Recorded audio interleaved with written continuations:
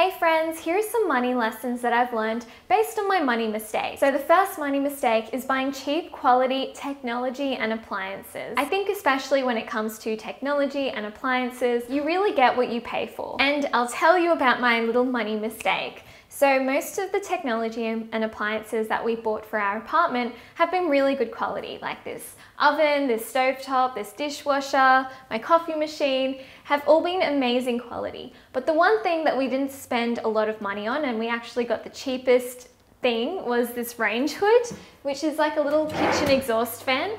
And it is so bad, I'm telling you guys. Like, we thought, hey, it doesn't really matter too much. It's just a kitchen exhaust fan. We don't need to get the expensive one, and I really regret it because we probably saved $100 not getting an expensive one or not getting a better quality one, but we'll probably end up having to replace this one day because it really just doesn't do its job. So that's the reason why I think that sometimes it really is a better financial decision to spend a little bit more on something that will last you a longer amount of time. I do post a lot of content on my Instagram, and if you would like to check me out on Instagram, make sure you do. But I did have this video where I was talking about some appliances and technology that I've bought that have saved me time and money.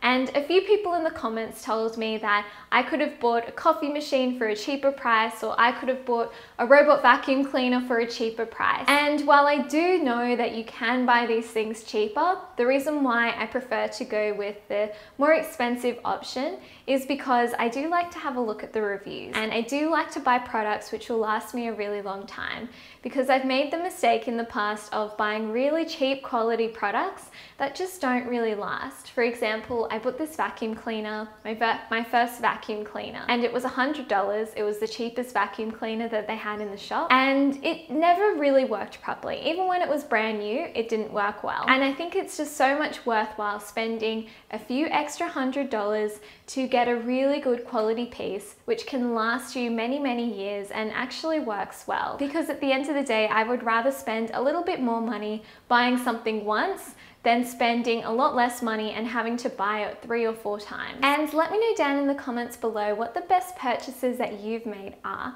I would love to know down in the comments, and I would love to know whether you agree with me or whether you disagree with me.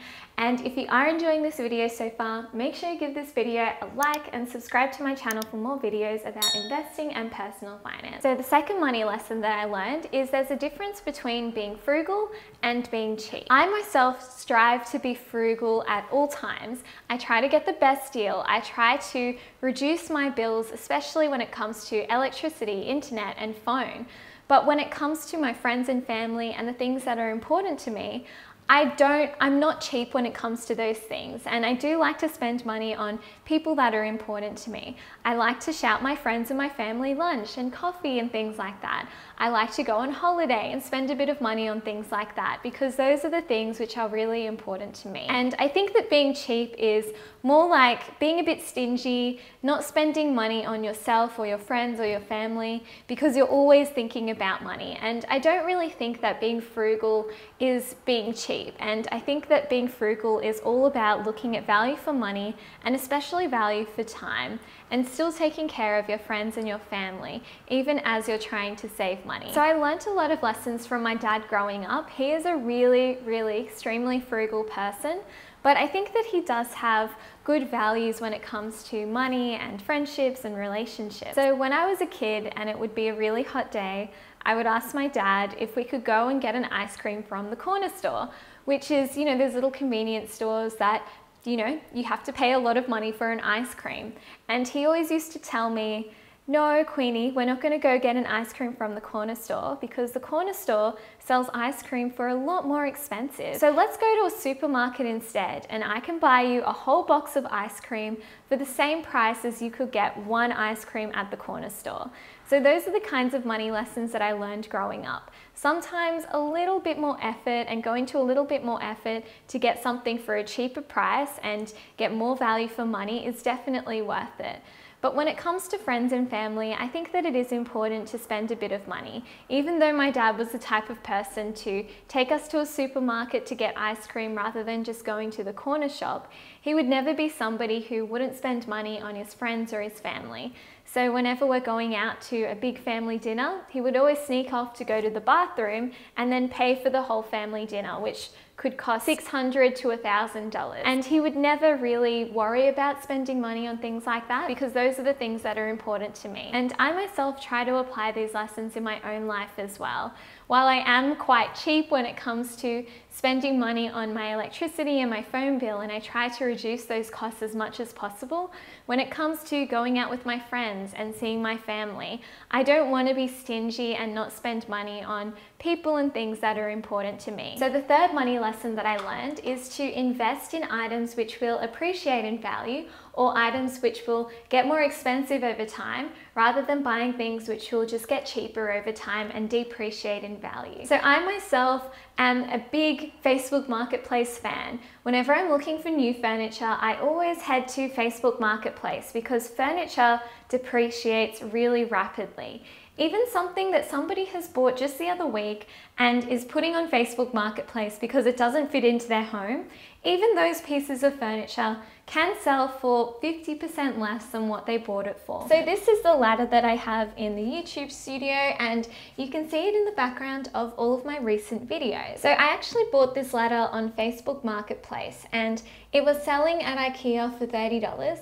But I got it on Facebook Marketplace for $15, and the reason why they didn't want it anymore was because it literally just didn't fit into their apartment. So I got a 50% discount and had everything already built for me just by shopping secondhand on Facebook Marketplace. And I think that it is important to buy things secondhand, especially things that do rapidly depreciate, especially like furniture and also like cars, because I think that you can get really good quality secondhand items for a fraction of the price that you would pay in stores. And I don't think that this just applies to furniture and cars. It can also apply to clothes. It can also apply to good quality technology as well. And it all depends on your own budget and your own financial goals as well. Oh, and by the way, did you see what is written up here? It says that you should like this video and subscribe to this channel if you are enjoying these videos, because I do make weekly videos about investing and personal finance. So I myself like to save money in all of these different areas. And with the amount of money that I am saving by shopping a bit frugally, comparing different prices, buying stuff secondhand instead of buying them new, I prefer to invest my savings into the stock market and into assets which will appreciate over time. Some assets that I do like to buy regularly include ETFs. So instead of just buying one share of one company, you can buy kind of like a party mix of all the different companies in the world or in an index in a very cost-effective way. I also do like to invest in property and things like that. And I do prefer to invest my money this way because when I am investing my money in items which will appreciate in value, this will actually give me passive income in the future. And the more passive income I have, the less I'll actually have to work at my day job, and I can literally make money while I sleep. Because if I don't invest in things which will give me passive income, it will mean that I will essentially have to keep working until I die. And that's the reason why I am investing a lot of money into assets which will give me passive income. So then I really can just kick back and relax every now and again and not have to work so hard, and potentially even retire early one day. Another money lesson that I learned is it is important to try and live below your means if you can. I know that it can get really tempting as soon as you start earning some extra money to go out there and treat yourself and spend a lot of money on things that you might not necessarily need. And while I am a big fan of treating yourself every now and again and spending money on things that make you happy, I think it is also important to try not to increase your lifestyle that much. So then we can save and invest a lot more money for our future. And essentially we can retire early and have a lot more financial independence and financial freedom in our life. Because when we are increasing our lifestyle, our expenses will increase as well. Another thing which has really helped us is not getting a very expensive car.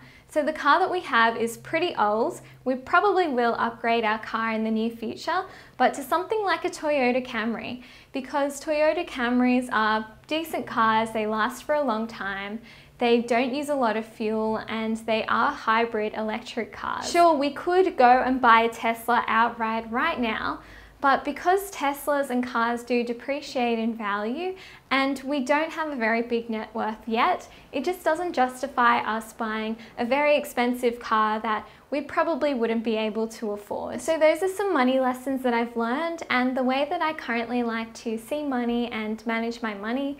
I hope you enjoyed this video and found it useful. If you did like this video, make sure you give this video a thumbs up and subscribe to my channel for more videos about investing and personal finance. I'll see you in the next video. Bye! And if you'd like to see some more videos, I've got some links to some videos here. So click on the links and click through to another video.